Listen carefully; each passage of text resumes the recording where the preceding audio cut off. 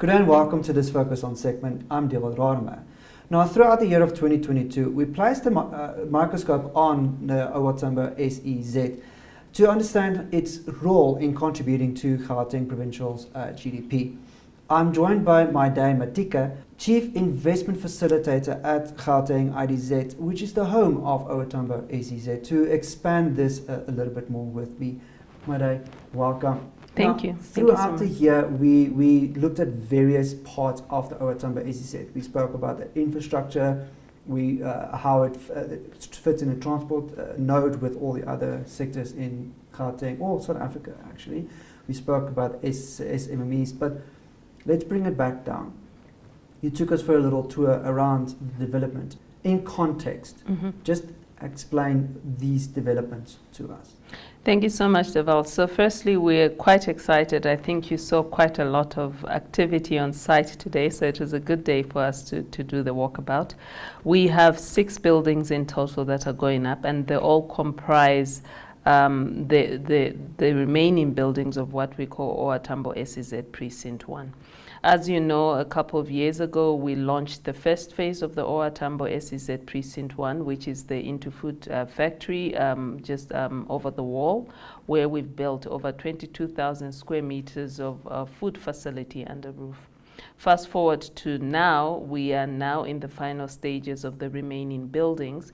And what excites us is that we are now in the final stretch, the final leg, where we will see these buildings come online next year. We are hoping to achieve practical completion by the end of April, so that we can begin to get these investors in to come and occupy the space at least between May and June of next year.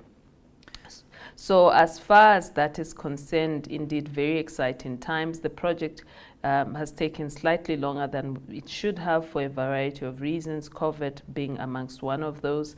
But in the last 5-6 months, we've really tried to ensure that we accelerate the program and that we deliver on our promise to establish what is called a jewelry manufacturing precinct, which is the remaining part of OR Tambo SEZ Precinct 1.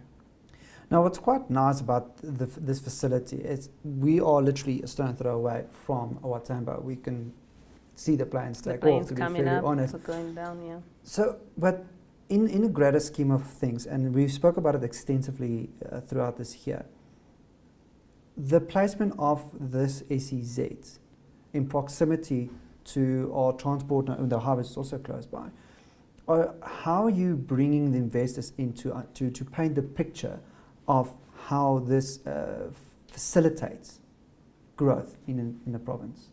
So we always say, and I know it sounds like a cliche, but we always say that when we sell OR Tambo SEZ, we're selling OR Tambo Airport.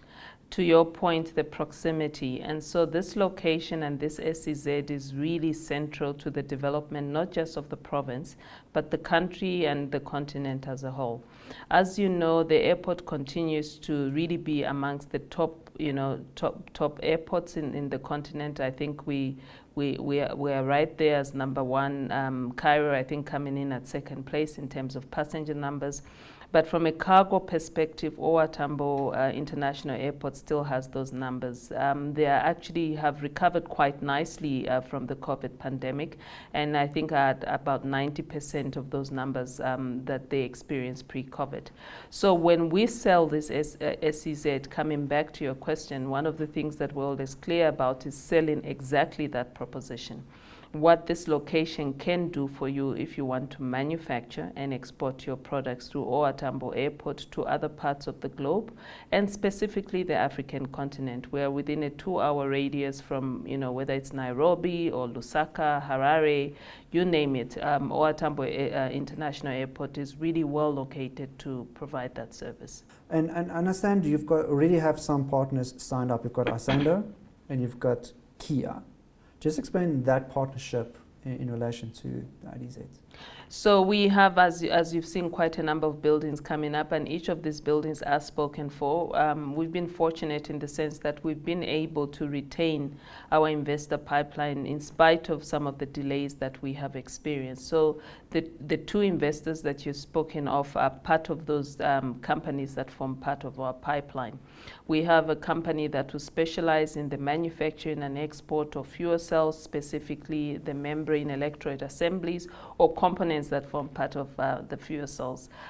Fuel cell products, as you know, and I think coming on the back of COP27, one of the things that you want to look at in terms of just green technologies that support, whether it's green energy, green vehicles, etc. So we have a company that will specialize in that, exporting that to the international market.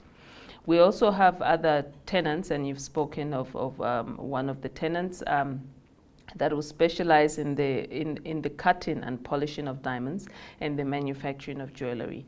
Again, coming back to this precinct, that's what we set out to do from the early days when the Tambo International Airport, IDZ as it was known at the time, was introduced. One of the things we were clear about was that we wanted to ensure that would contribute to South Africa's economy, of course, growth through exports, but more also equally importantly, what can we do to contribute to the mineral beneficiation strategy? Because having done our studies, we realized that this location was indeed prime for products such as jewelry, diamonds, and so on.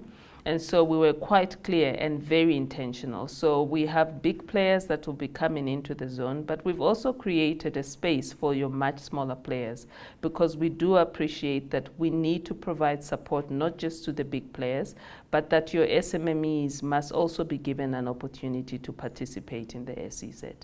Glad you spoke, talking about SMMEs. Now, one of the buildings that's still on a construction, you show me, it's earmarked for SMEs specifically. Do you have a figure in mind or a sector in mind of what kind of SMEs you're looking for? So for this particular precinct, it stands to reason, of course, that there would be in that space as well. We have quite a variety of companies that will be doing both jewelry as well as diamond cutting and polishing. SMME in the sense that, of course, if you compare them to the other bigger players, they are smaller. But that's specific to Precinct 1. We are very intentional about our efforts for enterprises, emerging enterprises. So as we look to the future and we plan our next phase, which is Tambo SEZ Precinct 2, located just outside this precinct, we also are clear that we will also be intentional about how do we support those SMMEs in the different sectors.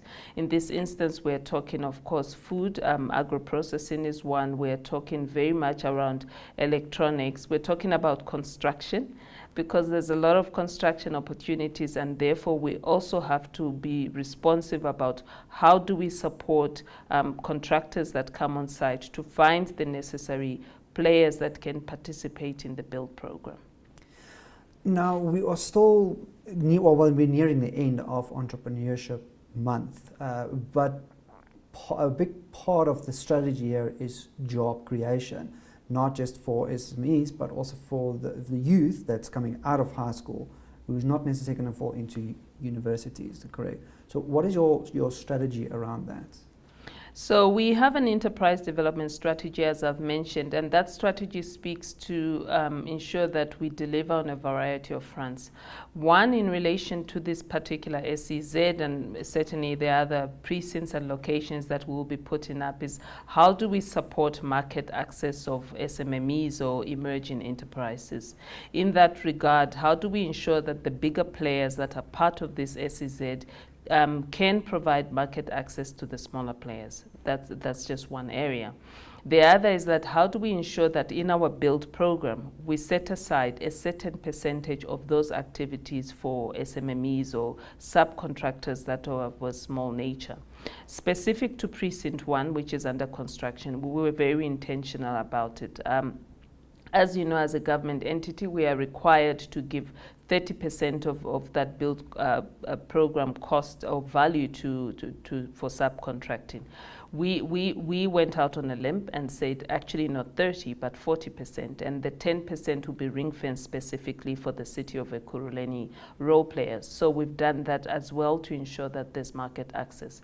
But we go beyond that. We've also facilitated in the past training, skills development to ensure that we have the necessary small businesses being able to participate in that space.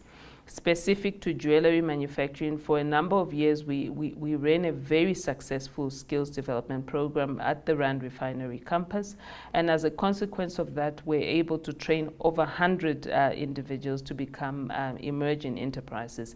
Some of them of course will leave the market and go on to do other things, but we're quite excited about the fact that quite a number of them do stay in this industry, and that when we are required to create those linkages, we know where to look because we've created that pipeline. So that's our approach in everything that we do, market access, but also the skills development. And then of course, what are those partnerships that we can put in place? We have concluded a memorandum of agreement with the Gauteng Enterprise Propeller. As you know, JEP is quite working hard to ensure that they create SMME opportunities for SMMEs in the province.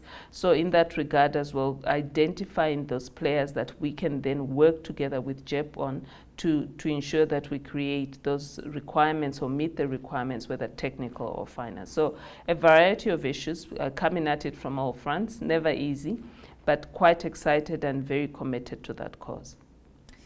Now, we're not leaving the journey here. We're looking towards the future right now. What can we look forward to in the coming year? I think I speak for the entire GIDZ team when I say that in the coming year, we want to see Precinct 1 done and dusted. And I mean literally, because it's been going for a minute.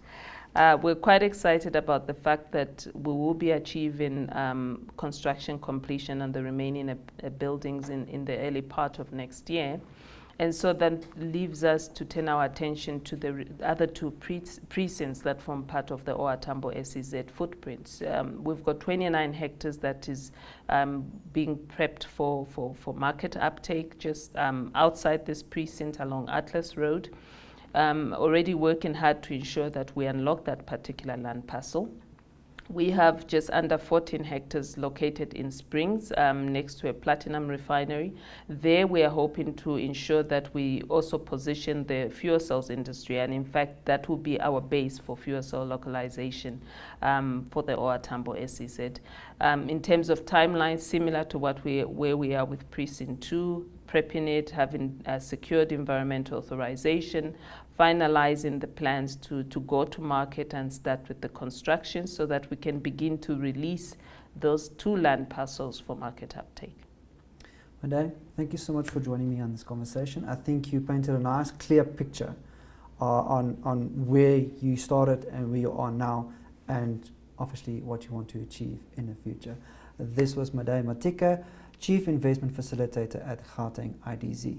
I'm Dewald from CNBC Africa, and until next time, goodbye.